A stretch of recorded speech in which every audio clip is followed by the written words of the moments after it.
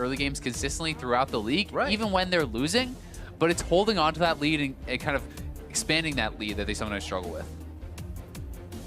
You wonder, you look at their CSDs at 15, and it's sometimes very close or very much above their opponents. So like you say, that those numbers are there.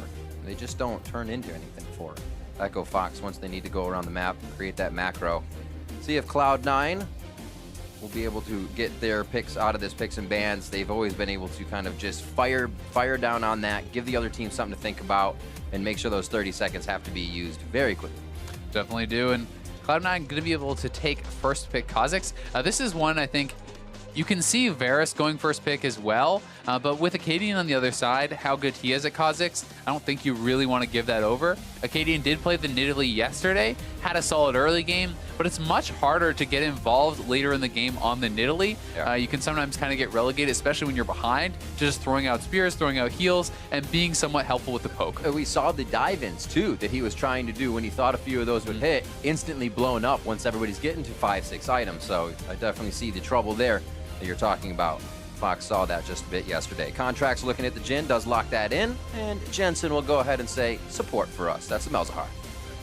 Makes a lot of sense. We're seeing the two kind of big ticket lethality AD carries. Varus is going to be locked in for Keith. He played it quite a bit yesterday to mix results. We've also seen quite a bit of Tom Kench coming out from Gate in the series yesterday.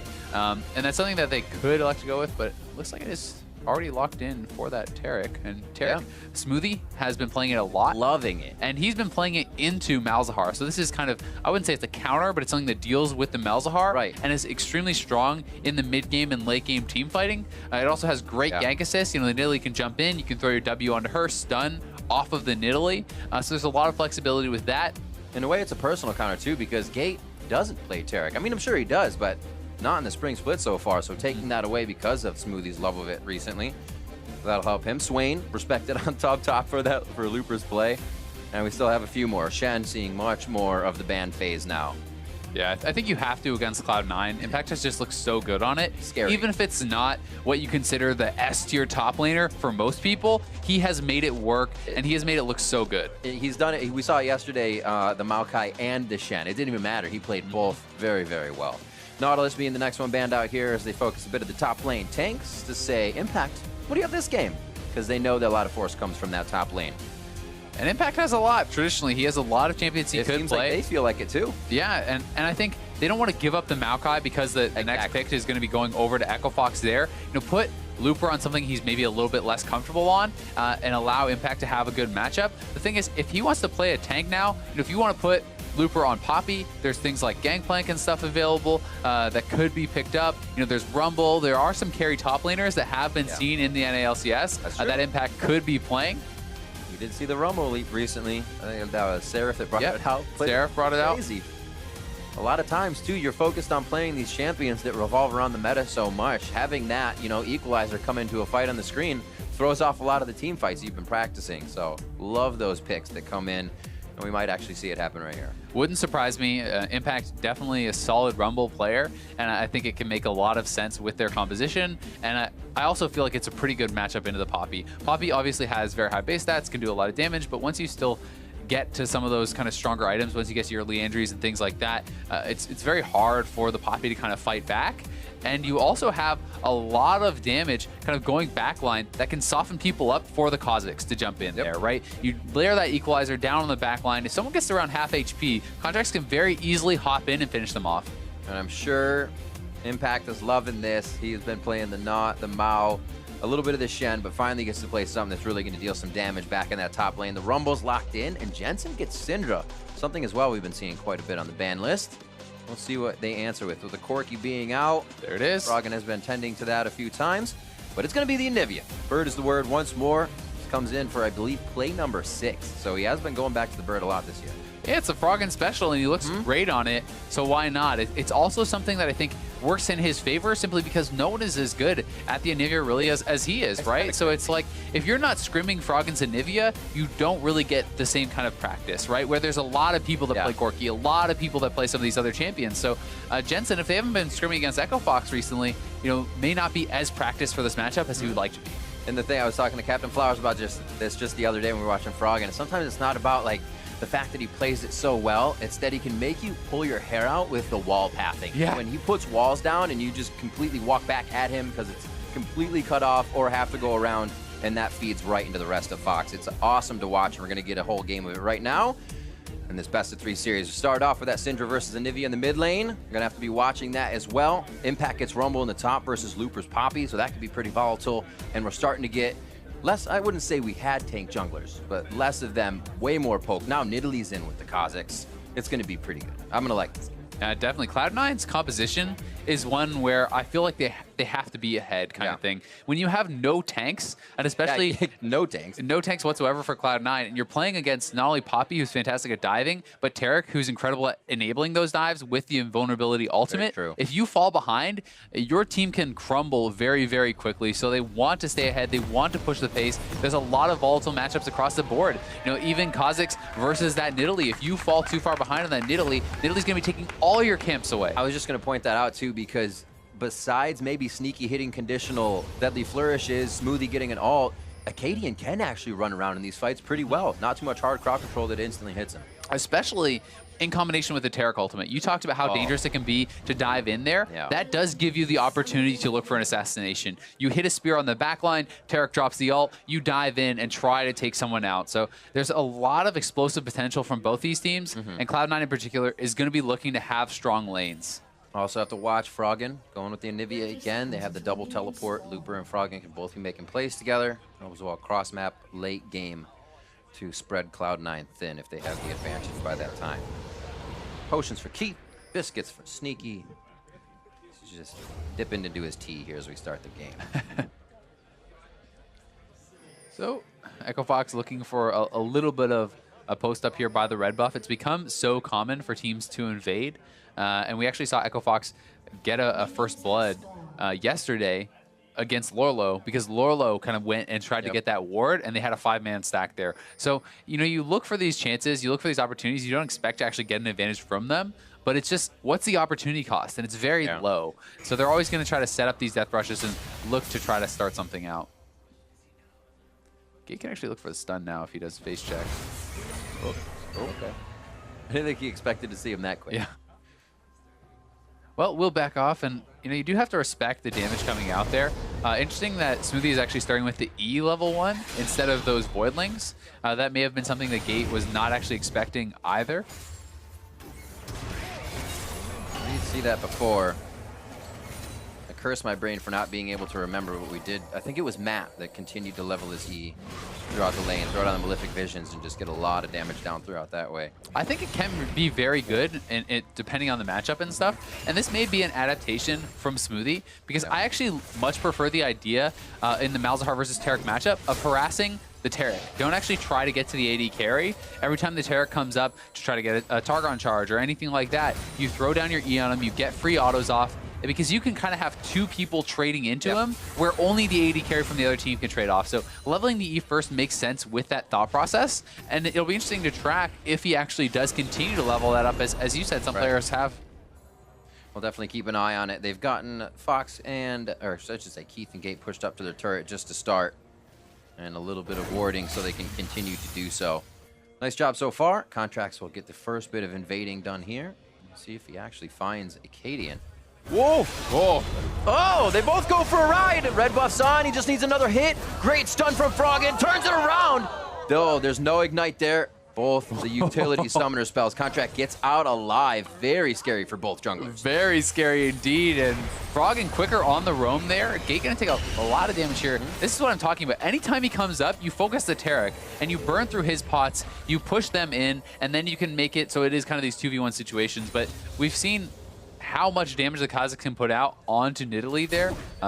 Thankfully for Acadian, Froggen was right behind and was able to land that stun, so it did result in a trade of flashes. Like, they both kind of know. We're both hurt. Everybody's going to be farming. Let's just go back into our jungle. We'll be okay. Gentleman's agreement. Great fight. Back to it. Call a truce. Yep. We'll see how fast they get back into these lanes. It slows them down a little bit, as they would probably be a lot healthier without that happening. Definitely First would. backs is just some damage, obviously. The thing for Nidalee is, though, Nidalee has these heals, can stay out on the map, right? So Contracts had to base. Nidalee not only steals a camp away, is now looking for Jensen in the mid lane. But they did spot him, I think, through that vision, and you can see the question mark pings going down. I think he stepped a little bit too far forward earlier, and they now know he's there. So Contracts is actually coming up. They're going to try to bait this gank, I think. Yeah, Contracts is going to go up and be ready for the counter gank. Jensen is posturing. Question mark. All right, he's already gone. Fox War even got us. That's good. I always kind of say if something takes like 5 to 10 seconds, it's probably a good idea to walk away from it because it's just not going to go in your favor. They choose to do so and keep themselves safe. Jensen playing the bottom side of that was very, very smart. And they actually get some good damage onto Froggen, just pulling away from the big minion wave. So 28 to 21, we can see Froggen's massive minions are might crash into the turret, and that can start to affect this mid lane pretty well. Yeah, it certainly can. This is one thing Cloud9 does really well, though, is try to keep the push in all 3 lanes. If you look across the map, Rumble's at the top lane turret. C9's bot lane is at the bot lane turret. Jensen is pushed up to mid lane. So it creates a lot of pressure across the lanes. It allows Contracts to invade and play more aggressively because guess who's going to get to the fight first? It's always going to be Cloud9, and because the Echo Fox players are shoved under their turrets, and if they leave, they will not only lose the experience in the CS, but they'll also lose some turret damage. Maybe they'll look for an Acadian to go back towards the top side. Risky dive on a Nivea with Egg still up this early in the game. Gonna have to have quite a bit of damage.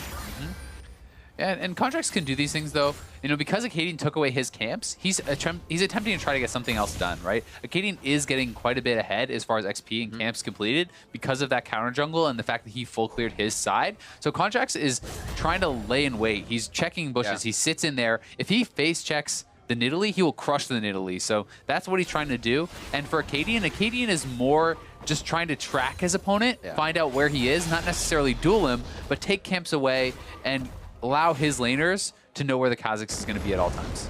It's actually the consistency across the lanes here for farming, all 42s, 45s to just about a 10 CS lead over Looper, Froggen, and Keith in the bot lane here. Makes things quite easy when, as you said, you're the one that wants to move out of lane and the other team is cleaning up and doing janitorial duty on minions at the turret. Junglers may cross paths here, though, as Nidalee was trying to take away another camp. And even just the little things, Acadian popping off the blast cone by the Dragon Pit means that Contracts can't blast cone into the Dragon Pit to do kind of like an undetected dragon take, because you don't want to hop blindly in, because then you can get stuck there, right? So just little things like this can sometimes make a big difference, and you'll see a lot of the LCS junglers, when they are invading, just break all the plants in their opponent's jungle. Yeah, taking away plants is definitely kind of an unnoticed thing that happens quite a bit. Could realize the play that would have been for people to 4-man bot. escape. No movement here from Jensen just yet. He doesn't have minions to farm, so he's going to start heading down towards that Raptor side. Sneaky going very low. Cadian can't see past that, so he doesn't really want to dive it. Yeah. Forward brush ward is Impact's right here. He has the equalizer. This could be bad. Throws it down. That's going to split the team. They still have a way to run. Whoa! Acadian gets hit by the Deadly Flourish. That's the heal coming in, and he will still go down. He gets out with the blast cone. Gate, I don't think he's going to make it out of this one alive. Cloud9 making it work here. Cross map. 4 people were in the bot lane for Fox. Cloud9 played it slow, played it methodical, and come out with 2 kills. And that is so well done by C9. Echo Fox makes that roam, but they don't fully commit to the dive, and they're not respecting of the TP advantage that Impact had. Impact was winning his lane heavily enough that he's up in CS, up in TP. He comes down first, commits to this, and is able to get the first blood, which is going to put him so far ahead. And this was very nicely done. A lot of credit has to go to Sneaky to nail this Jhin W. Without that, they would not have actually been able to follow through for the kill. And then a little blast cone hit here from Gate. I think he was trying to knock Impact in further or something, but not only does he save Impact, he kills himself. So kind of worst of both worlds there. Very unfortunate. 2-0 now for Cloud9. Not what you want in the early game. Nope. Those kills going on to Impact and actually on a Smoothie as he picks one up with the support. That'll just help him a little bit. Nothing big there. Still a game for Fox to come through strong on. Acadian has been just trying to basically power farm his way through. Obviously getting a good amount of multiples from the Krugs and the Raptors. But we really haven't seen him too much other than that gank. I'm sure he's going to hang out in the jungle for quite a bit more time before we see him. Yeah, it's tough for him because if he goes in for a gank and Contracts is there for the counter gank, they're almost always going to lose. And his team actually has almost no lane pressure because all the C9 lanes are the ones with the pressure. Even if they're not massively ahead in CS, they're the ones shoving in their opponents. So it makes it really hard for Acadian to do much besides just try to track the jungler, get wards, counter jungle, things like this. But he is moving back down towards the bot side again and could decide to try to make a play around there. But Contract's waiting. Ooh, quickly jumps away. Acadian still wants it. He's hunting him down. Didn't get basket onto Acadian, so the dazzle doesn't follow. Looks like Jensen's here just to kind of show power. Oh, they got Acadian stuck in Dragon Pit. Very close. Curtain Call can still bounce. The damage just misses to the right side of the team. Final one's out of range, and Acadian gets out with a sliver of health. But we see Fox trying to come back. It's good for them that they are not kind of stalled out and making things happen, but Cloud9 is moving so that they do stall out. Exactly. This is one thing that Echo Fox of old would not really be doing, is trying to make these plays. They do still keep up the aggression.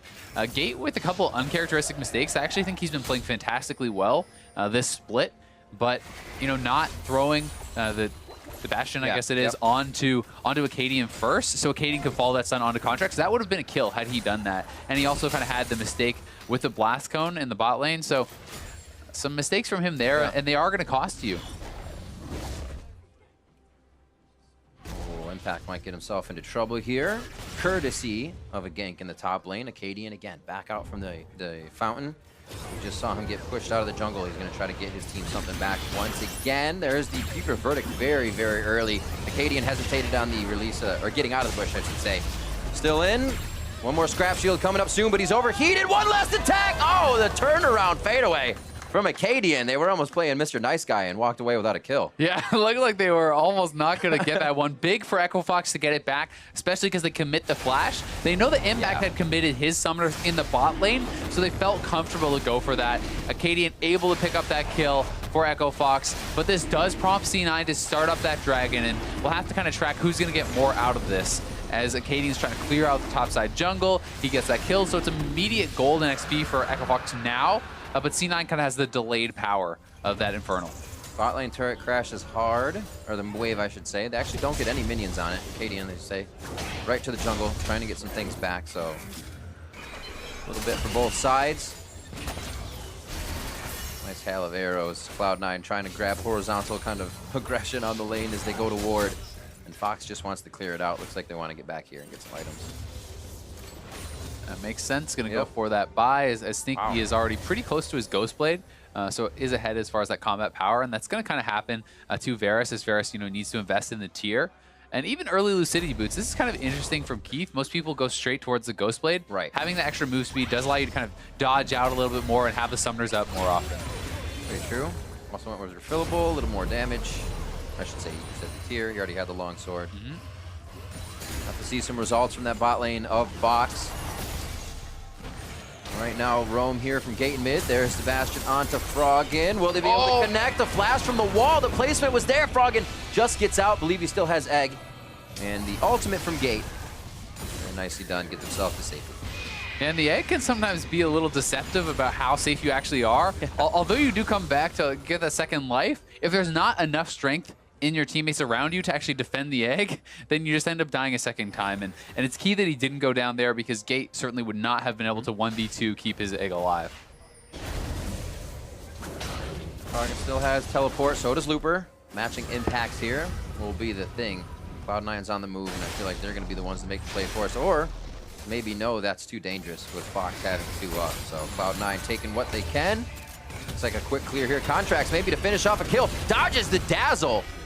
It's actually going to be Fox, Gate, and Keith getting out safety there. But still, this pressure in the bot lane has been quite abundant from Contracts. It certainly has, and this was a really nice reactive play from Contracts, knowing that Gate just went mid, blew his exhaust, blew his ultimate. There's not much safety there for them in the bot lane, and he also kind of is having to make ganks work, because you can see Acadian is out farming him pretty heavily. He's actually up 2 levels, so tracking that experience is quite big.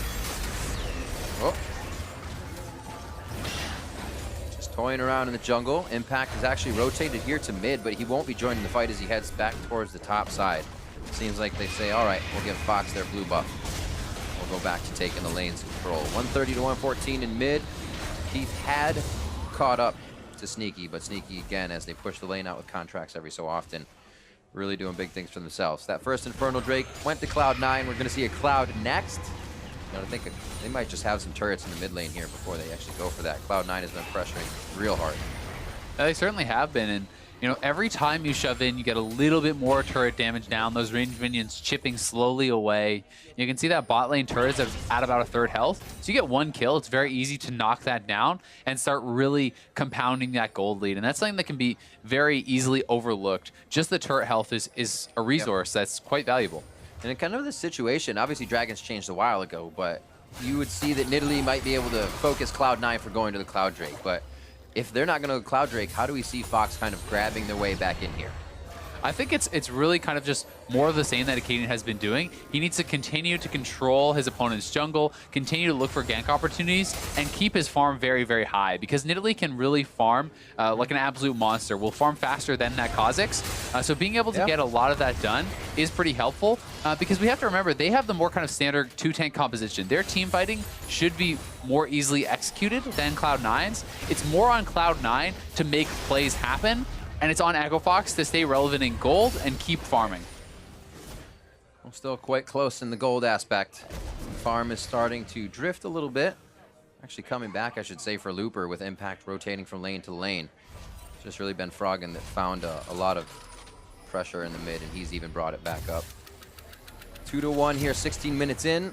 Gate trying to get some wards out as he walks over a few of the captive audience. It'll let Cloud9 know a little bit of information here. Yeah, I think we can expect to see some sort of action in the bot lane here pretty soon with how low that turret is, unless Echo Fox is okay with just giving it up. I would be surprised to see them do that though, as this turret is really low. So next wave or two, it's going to go down for sure for C9. So you either have to see a play around the bot side, or Echo Fox just has to accept that they're going to give up that first turret gold, and I think they're going to want to make a play. There's the storm down, kind of alerted in there. Gate was already C9's on bot lane's coming up. Teleport coming in as well. That's going to be on the side of Contracts just behind Red. Oh, nice stun. Up against the wall. Very nicely done, as you say.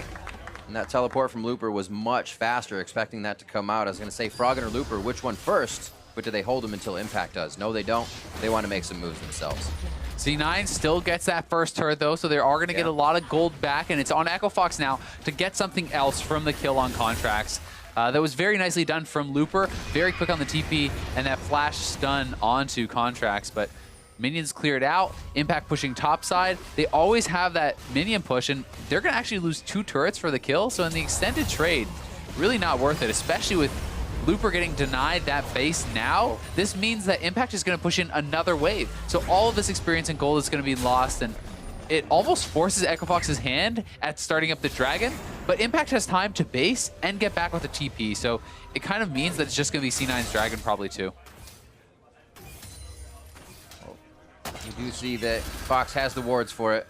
If they decide to go back, it's definitely going to be one hell of a fight. They don't have much poke other than Acadian, and everybody else has to follow up besides that. Corrupting, or chain of corruption, I should say. Still can see a big outplay. Gate could throw off that ultimate and get Contracts and the rest of the team to engage on something a little overboard.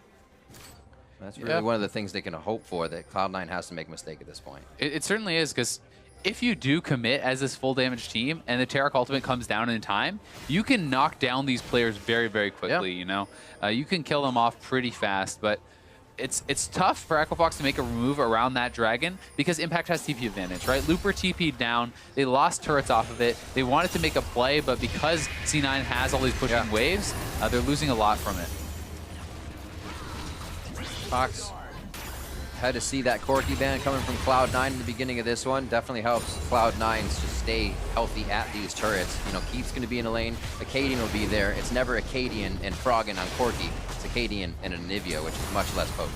And look how smart this is from Impact. So Impact actually ults out the wave, knowing that Echo Fox is going to give up the Dragon because they don't have TP. He says, hey, you're going to send your guys top. There was 4 Echo Fox members coming top. He had already ulted the wave and left. He had basically outthought them, and he's 30 seconds ahead of that play. So that's very smart stuff from Impact with that wave down. He denies the turret pressure, allows them to get the jump on the second turret. Little things like this are why Impact is incredible.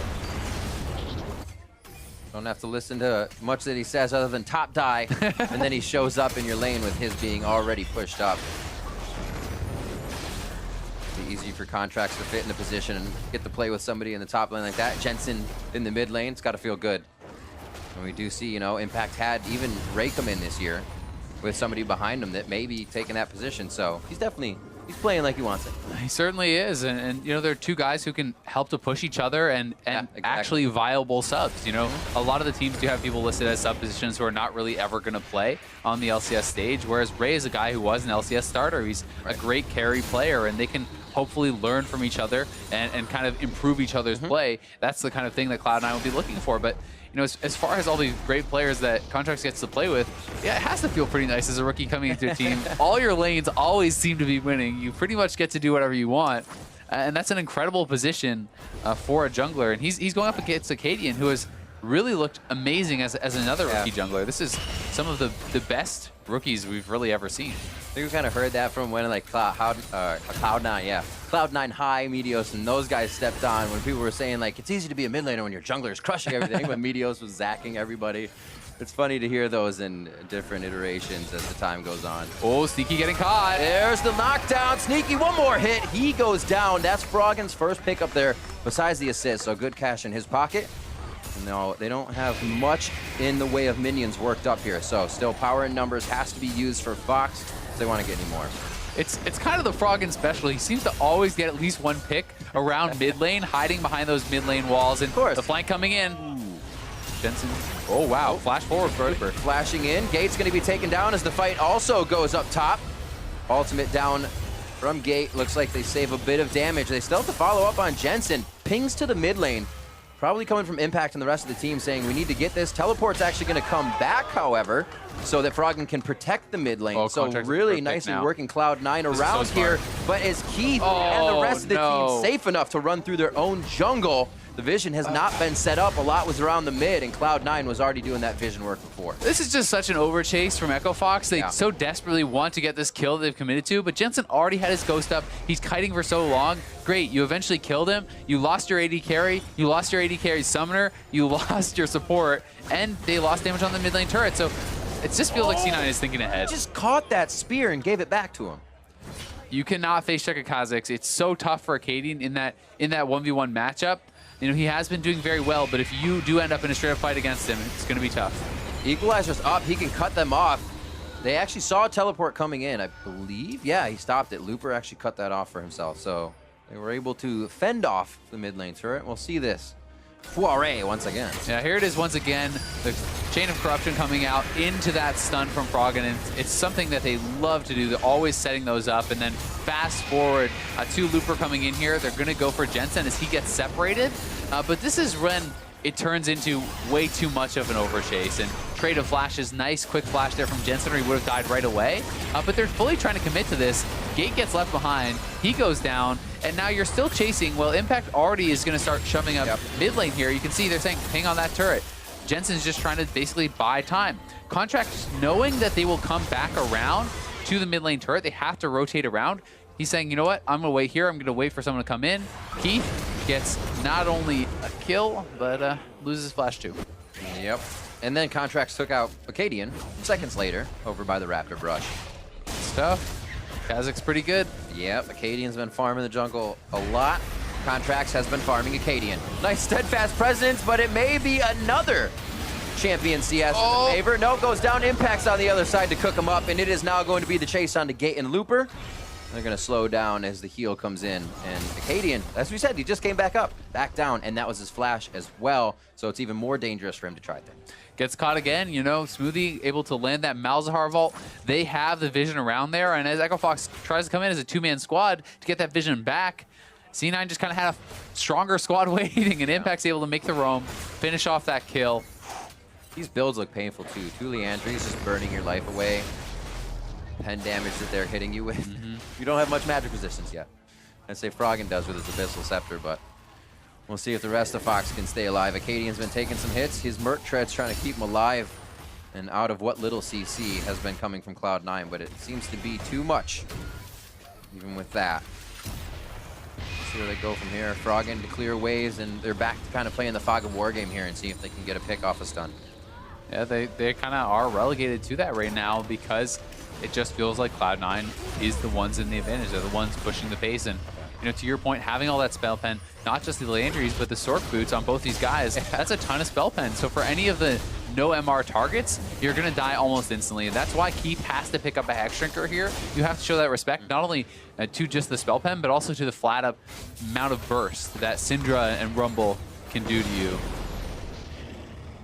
C9 now starting to control resources, deeper wards even onto the side of Fox, making things very, very difficult. Back to the Fog of War strategy in mid lane as they hover that top side brush. It worked once, may work again. That's when you get your enemy saying, they won't do that. Nobody does it twice. We'll do it 3, 4 times, 5 times. They certainly will, and they're also kind of trying to threaten the fact that they could be up towards Baron, knowing that C9 is doing the Dragon. That said, I think there's that C9 Trinket Ward over sitting in the Baron pit, so that kind of play will never work unless you have fully cleared out the Baron pit, and Echo Fox didn't do that, so C9 will not even check. So scary. Each time they're approaching this turret. Last time it was 3 minions, and they went for the fight. This time it was only 2 minions. See how hard it is for Fox to approach these. This is why you always need a ward in the Baron pit when you're trying to do these sorts of plays, right? They're trying to play around this vision to get people to check in, but Cloud9 knows they're not even there. Big split. Frogging towards the top. Ultimate has to come out. That's an obvious continuation of the fight for C9. They see that go. They're even more hungry. Teleport is going to be stopped, I believe. Looper didn't take that one. Or that was Frogging, I should say. Yeah, they both actually TP'd. Yeah. I mean, Looper canceled his TP, but Frogging TP'd to the mid lane turret. He was never going to be there. Over. Nope, Hot Foot takes down Acadian once again. And they know they're kind of just waiting for this one. And Cloud9 to put the stranglehold down even harder. Keith goes down in the top side. Cloud9, they have actually been pushed back a little bit, so they won't be getting too much off of this, but it just gives them more control of the game overall, every single time. Well, and the question is, do they just try to do the Baron at this point? Yeah. I think they may not want to risk it because they feel like they're in such control anyway.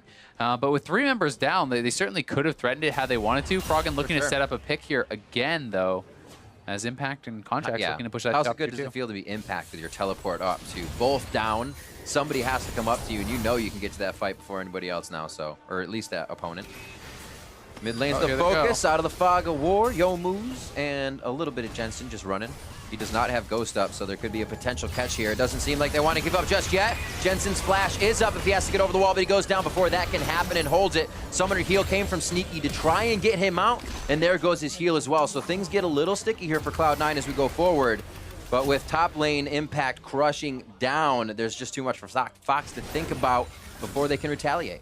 Exactly. Cloud9 just plays the map so well. Even when you get those kills, it turns out you're still kind of behind on the play. So they're trading turrets so far, top tier 2 for the mid lane tier 1. But now you have to base a 4 Impact with that red buff working away on the inhibitor turret. They're going to see if they can maybe cut him off or at least get some vision back, but they may not realize that Contracts is in their topside jungle. So if Keith and Gate walk up through there, they could be in for a rude awakening. Bad news bears. Looks like they're going to head downtown, just to the mid lane. Ocean Drake is next. It would really just be a consolation prize right now if Cloud9 were kind of coming back from that side of the map. Wards by Fox can set them up for something. They have wards on the bot side, even though Baron's kind of the effect here. So if somebody's going for red, they may be able to find that pick. The little things here that they're still trying to keep in the option book. Right now, the option book completely opens for C9. They're going to be popped out of that one. There's a trinket right in the back. Definitely one thing Echo Fox has done really well this game is continue to get down wards, right? Yeah. You know, Acadian and Gate have had a lot of wards out on the map. They have great offensive wards in Cloud9's red side jungle. They have some defensive wards around their top side. So they have done a good job maintaining the vision control. The problem is just, it doesn't really matter if you can see what your opponents are doing if you can't do anything about it. This is a good point. You have to be, you know, strong enough to capitalize on what they're doing, but it's like, okay, great, Contracts is over there. Can anyone go fight him? Oh, not me.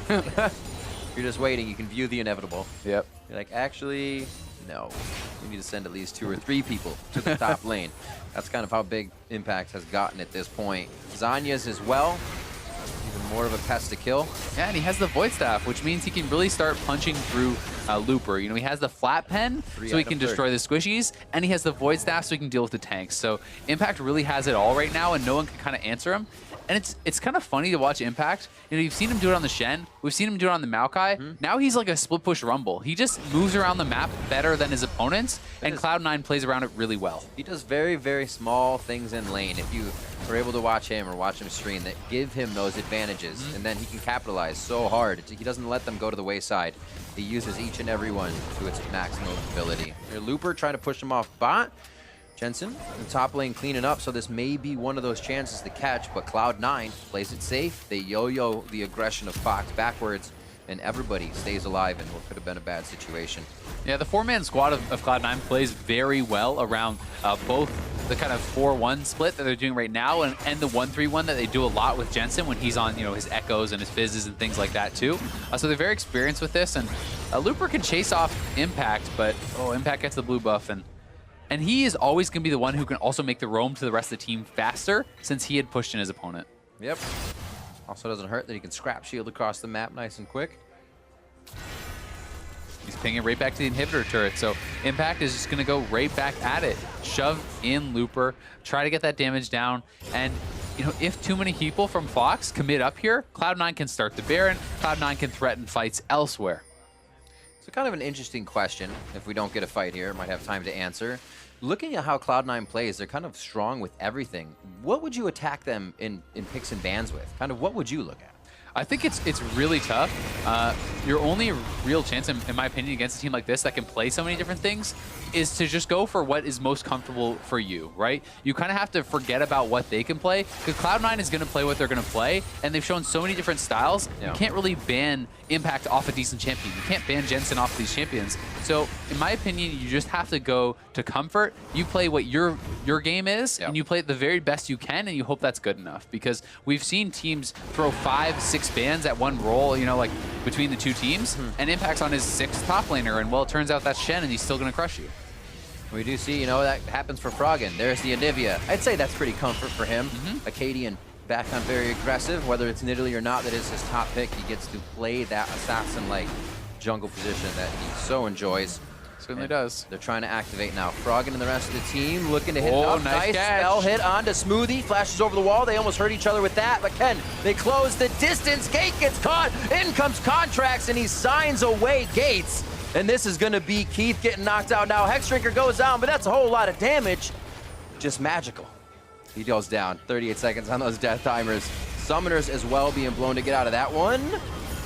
Impact with that Zanya's. No, he still goes down with the last tick. Really nice wall from Froggen. He zones out the opponents, and he keeps in leash range for his ult, so he can get those last 2 ticks and get Impact back. And that was a key pick, because 5 versus 3, they could have gone for something big. They could have tried to force something down, go Baron, whatever, but you get that kill back, at least it's not a disaster, and you can fend them off the Baron. You know, and that said, back to the discussion about how to attack C9, at the end of the day, you know, you can get whatever draft you want, but it comes down to gameplay, and Cloud9 is successful because they're both good in the draft and in execution, right? So you have to be able to win these lanes. You have to be able to find weaknesses and things to attack about the team, and right now they just have not been showing many of those. Honestly, it's been, I'm not to pick on Jensen, but when we've seen the 2 Azir plays from them, CLG and Dig, are those 2 games they lost. Not series, obviously they're undefeated in the series, but those 2 games went down with those picks, and we haven't actually seen Azir come back for the team, a composition that they don't play around, so it might have been the trouble, and they stay right away from those things as soon as they find it. They do. Well, right now, Fox has been kind of just going back to their tried and true. They're trying to play vision game around Baron, trying to get picks, and they're trying to do this time and time again. But Cloud9, you know, is kind of controlling waves. At this point, they're going to be pushing towards Cloud9, so EchoFox has gotten control of the side waves. They will be able to have a little bit of time now to try to make a play. Froggen in front. That's the wall down. The team trying to get together still. Impact has equalizers that go through. Ultimate goes down quite early to try and save the team, but they're already off, and now the damage can follow through. Impact really can't get the team. Flash forward, dazzle onto Impact. Sneaky is unloading onto Gate in one shot, almost all of his health with that last round. Gate in the pit, that's not where you want to be. He goes down to an angry Baron. Looper's going to get locked up. Steadfast presence keeps everyone on the outside, but I think they have the damage. No, he flashes forward, gets himself to safety as Contracts tries to spike in one more time. Cloud9 is fighting, but bleeding to death, and they're still going in. Both teams walk away from that somehow. Just Gate. Froggen has been able to get so much damage down on these team fights to keep his team alive, to stop the Cloud9 chase, and keep able to hit a lot of piercing arrows there to push Cloud9 back. So it does end up being, you know, just the support going down in what was a very extended trade. Well, it's been this push up towards Baron that Fox can really only start to dance with. And it's not even in their favor. It's what they need to do to try to get Acadian some hits and Keith some hits, and then it's got to go in their favor after that. It's all easier said than done. It certainly is, but one good thing for them about that exchange is they got the bot lane turret because they had the wave shoving. So that was one of the first times they really did have the wave advantage, and now they've seen Contract sneaking in. They're going to try to wrap around behind him and pick him off. Edge of Night being used, pops one, that's off now. Keeper's Verdict goes down. If they can take down Contracts, that's a lot of DPS. They don't have to be afraid about. Baron is still a very scary thing. More so on the table to fight for. They really oh my God, never. They're really not rolling over They play at all. well from behind. Even if they come up short on all these kills, they're still trying, as you said before, and they're still doing it well. Exactly, they're going right back to it, and now with the jungler down, they may just start this up. They're going to try to rush it. They have tanks, but Jhin ultimate opening up here. Keith needs to get blocked for these shots.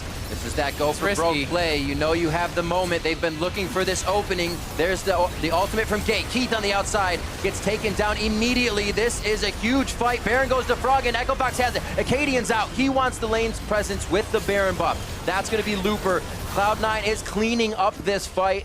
And smart of Acadian to stay on the outside, but C9 should be able to just power through the lanes here. C9 gets so much from that. The 4-for-1 in the extended trade. The Baron did go to Echo Fox, but really a huge mistake there was the fact that most of Echo Fox was not actually standing in Gate's ultimate. So while the ultimate was active, it should have been active on their entire team. Yeah. Keith actually gets pretty much 100 to 0'd by the Syndra, while that ultimate should have been on him. Instead, they weren't stacked up. They don't have the ultimate down. They lose the fight. They're going to lose the inhibitor, and probably topside as well, because that inhibitor turret is still so low. Belt forward. Oh, one harpoon. Next harpoon, not going to be coming out. He's burning. Looks like he's going to live, though. Froggen still with 12 seconds, along with Looper. They went down at just about the same time. And like I said, Cloud9 powering down the mid lane.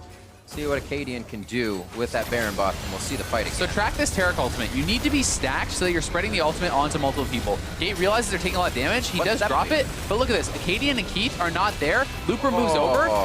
None of these guys get this. Now look, Keith dead while the ultimate should have still been active on him. Yeah. So that's a big mistake. You know, Looper, Gate, whoever you want to pin it on, someone needed to be moving with the rest of the team, and they needed to have that be a 5-man ultimate. It would have given them the extra time to finish the Baron, still be at full health, and then try to turn for a fight. Honestly, it's the presence of, I want to save my team, because they both wanted to block the curtain call coming in with their bodies, which put the ult on both of them already.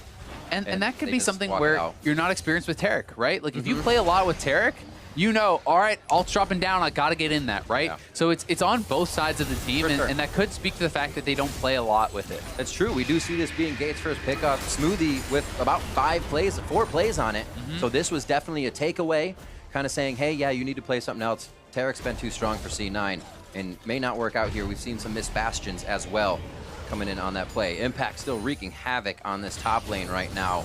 And Elder Drake's going to be next on top of 4 Drakes. If that's ever in the hands of Cloud9, we'll see this one end quite fast.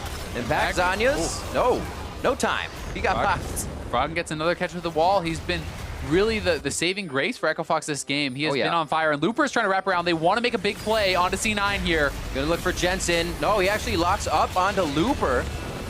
Sorry, onto Smoothie. They're still going to be walking out of this one. So Smoothie will be the hit. Unfortunate wall coming out. Does not lock him in. And now they're going to have to back up on this one. So they're picking up things here and there. It's slowing down Cloud9, which allows Fox to get a little bit bigger, especially for Froggen, because Anivia can definitely do some damage and stop C9 from getting into these bases. We remember CLG EU. We remember. Definitely do. Echo Fox bot lane honestly has just been a pretty big liability this game. Gate is normally not someone I'm saying that about. I think he normally plays fantastic. Right. Keith does get a lot of criticism, but this is tough. They're not contributing much this game. Uncharacteristic. Gate's that guy you think about, and he's the one that can fit into jungle, to top, to mid if he needs to for that sub position we've seen him do before. And it is not coming to that point this time. It's also a tough spot now for Echo Fox with Cloud9 having 4 dragons and then having none. They can't give up Elder, but taking Elder also doesn't give you much. So Cloud9 can play well around this. They can continue to threaten the Elder take with the inhibitor down. People from Echo Fox must respect those super minions. And Echo Fox essentially cannot give this up or they will lose the game because that's way too much true damage burn that they'd get from 4 dragons. I was gonna say, risky move by Frog, and the team was setting up, not for a huge fight, but he gives himself up, and they know that Fox is already on the bottom side of the map, so they move much slower. Cloud9 won't be face checking anything. It's some of those plays that really have kept Echo Fox alive, though. Froggen is making some risky moves, but he also feels like he has to. He needs to get picks to slow down Cloud9, to give them opportunities to both defend their base, take the Elder Dragons and things like this, because they're down a lot of gold. And you know, he knows he needs to be a playmaker because he's one of the few people with a lot of gold on his team, right? You know, he is only 1 item away from being full build. Pretty comparable with where Jensen is at as far as his build order goes. So, you know, he's a pretty strong member of the team right now. Quite a bit. Most for him, that's for sure. 14-8 on his team. Smoothie going down there here. There you go. Who else but Froggen? Yep. Walls him up. This is what we were looking for. This late game, you want to get extended just a little bit. The ward, or the wall comes out, I should say. And I should say you become a ward. It's right on the ground. 40 minutes on the clock. Elder is being started up. Smoothie's not here. He had the exhaust. And back on the side. Slowly creeping in. Equalizer onto 4 members. Gate gets burned immediately. The ultimate goes off. It lands on the rest of the team. And they're going to be able to get out to some safety, but not with the Elder Drake. Not what they came for, and that's the big deal. Definitely not, and Gate not able to actually stay alive until his ultimate did fall down. They really wanted to try to force something here. Cloud9 easily pushes them off, though, and now Echo Fox must collect the minion waves in the middle, try to get their waves pushing. They do have top lane going for them, so they could try to return back to that Elder Dragon and try something again. We'll see if they can make it work. Impact consistently 100 CS over his lane opponents. Yesterday he did it as well. Absolutely crazy play from him. He just continues to also keep himself measured in these fights. He doesn't say, oh, look at this. I'm 100 CS up. I have 4 kills. I can kill anybody, because that's what starts to turn on you instantly, and the other team can really start to get a lead. Yeah, that overconfidence really can come back to bite you, as you're saying. You know, you get tagged by 1 stun from Froggen there. They have a lot to follow it up. If you get hit by a Chains of Corruption, there's the Dazzle, there's the Anivia stun, there's the stun from Poppy, and there's a lot of bursts. So you need to play with respect to your opponents no matter how far you are ahead. And he's quite a bit ahead as he just completed his death cap. And I mean, we saw how much damage the Rumble ultimate did in the last fight. Anytime he gets a good one, Gate pretty much already has to have his ultimate coming down or they'll die before it lands.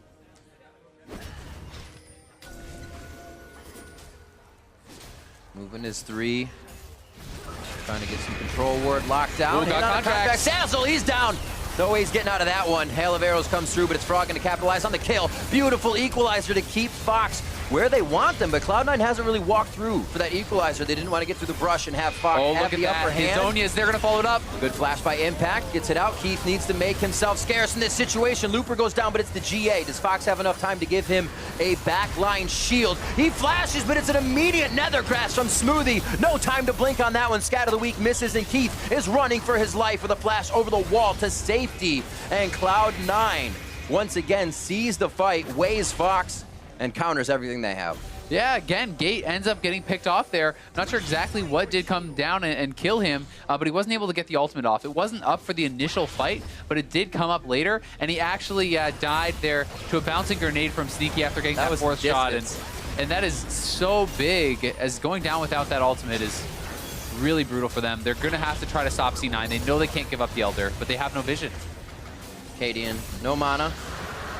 Can't really pull out the javelins to do some damage. Could have gone Cougar for him, but that would have been his own death sentence. So there's the 4-stack Elder Drake. Now, as we take one more look at this, Fox still trying to initiate. They had a great hit, and somehow Cloud9 sees the opening. Yeah, this is just a great pick from Echo Fox to start off the fight, but a lot of retaliation damage onto Froggen, right? He's already quite low. They're putting a lot of damage out, and Gate at this point didn't have his ultimate, but now it is up, right?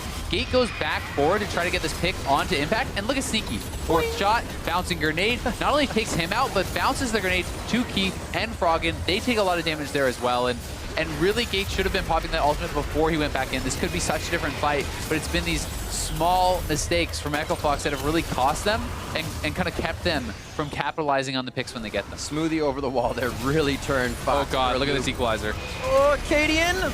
He gets his own Zanya's down, but this only gives them time to pile on. Dazzle back, Chain of Corruption's a lot of offense being used in defense, if you will. And that leaves Fox really hung out to dry at their base. Baron's going to be going over to the favor of Cloud9, along with that Elder. They have just about everything on the map right now. They certainly a few more do. turrets, inhibitors, and that's it. That 4 Dragon true damage coming out from the Elder Dragon, plus the already ridiculous amount of damage from Rumble's Death Cap Equalizer, means if you're in that, you're pretty much dead. Froggen essentially died twice to the same Equalizer with his egg going down. That's what happens. Feels bad. Cooking him up. Scrambled Froggen is now 23 seconds left before he comes back up to the sunny side. 44 minutes in, they're on Inhibitor. Say number 2, mid one fell earlier, and they're going to go back for that around the horn. Minion wave is actually crashing nicely where second tier is, so they can work that one in and then head out to get bot lane nice and pushed. Cloud9 just moving around the horn, going to get 3 inhibs here. They want to play it very safe, make sure there's no chance of them throwing. This is really the way to do it.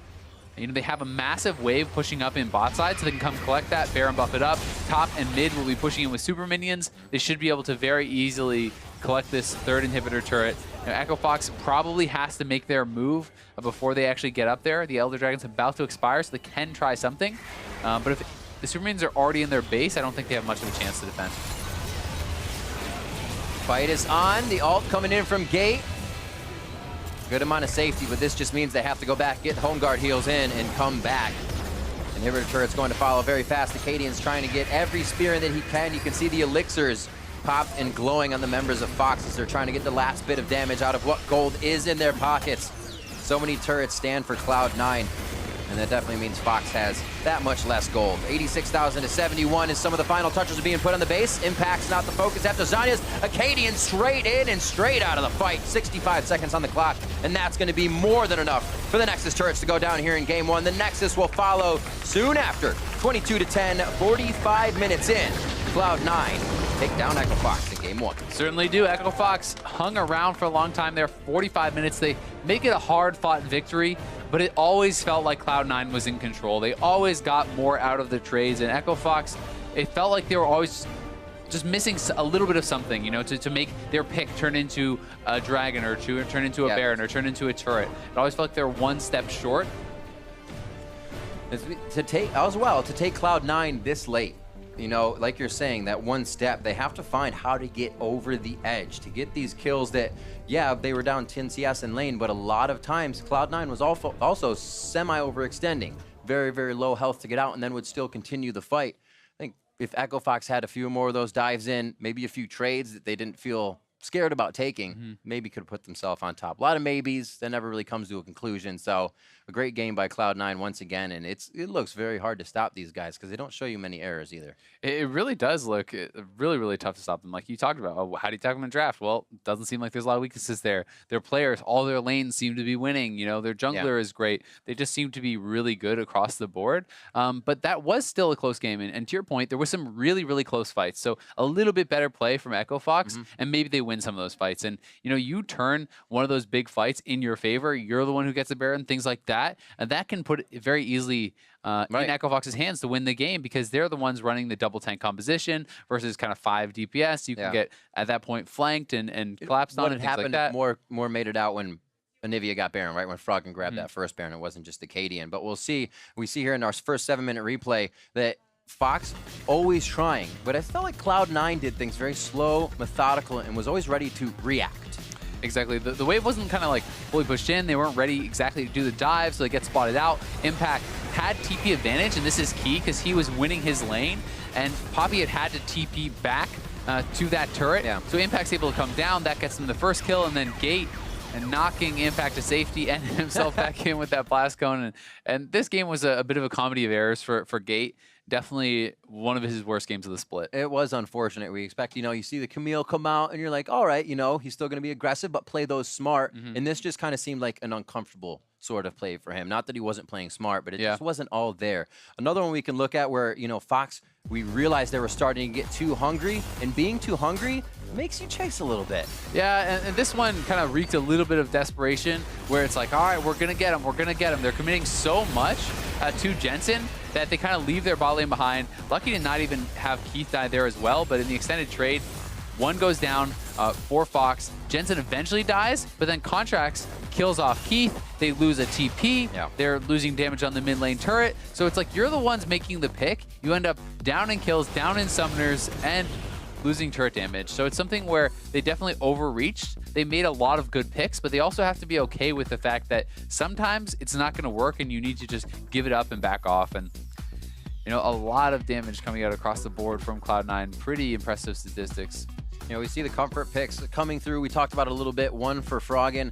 Maybe there should be more to come out because you look at what this 10 pick ban phase has done for people, and for Cloud9, there's 2 comforts there. So this is just allowing them to kind of move all their chess pieces into position before they even start the game with the ability, as we said, they can play all the champions in their pool. We'll see if Echo Fox can even up the score when we come back with Game 2 against Cloud9. And as we head to break, we'll take a listen in on the best of the team chatter with the latest edition of Mic Check. Mic check, 1, 2, 3. Can everybody hear me? I'm getting mid. I'm running mid. I'm running mid. I'm running. What sums does he have? Guys, Does he have all sums? Okay, I'll try for it. I'll blow his flash. Blast for flash. you guys know what we need to He do better be today? tilted. Unless we can get them sitting on the Let's just point. back now, right now. Okay, okay. They have no vision of us. I'm gonna ulti us. Right here. You guys ready? Yeah. Yeah. On bot left of the ulti.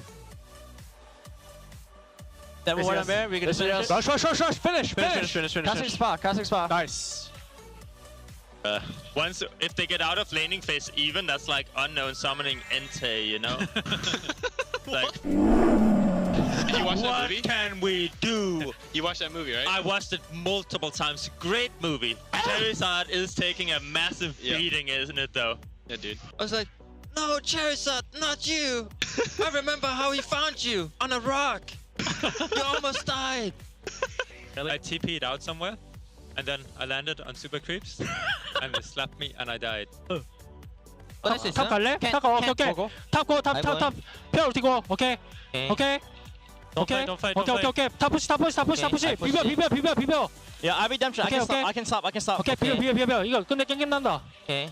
비벼. 캐시오. Stop. 할 수 있어? 캐시오. 너 TP. 나이스. 피니시 게임. 나이스. Okay, nice. I had a dream that Froggen told me you suck, so you kick his ass today, okay? Did you really? Yeah, I don't know why. What happened in the dream? I don't know. I was just like walking along, and Froggen comes up and is like, "Yo, I just You want to let suck? you know your AD carry sucks ass." I was like, "What the? Oh, me? Fuck yeah!" you. Go. Go on, I'm looking not. Yeah, I'm ready. No. Just back up. Watch. I got left. Come here. Yeah, I'm sure. Go. I'm looking up. You go. One. Nautilus. Nice. Not. Nice. Hey, nice. Oh, Nice. Come here.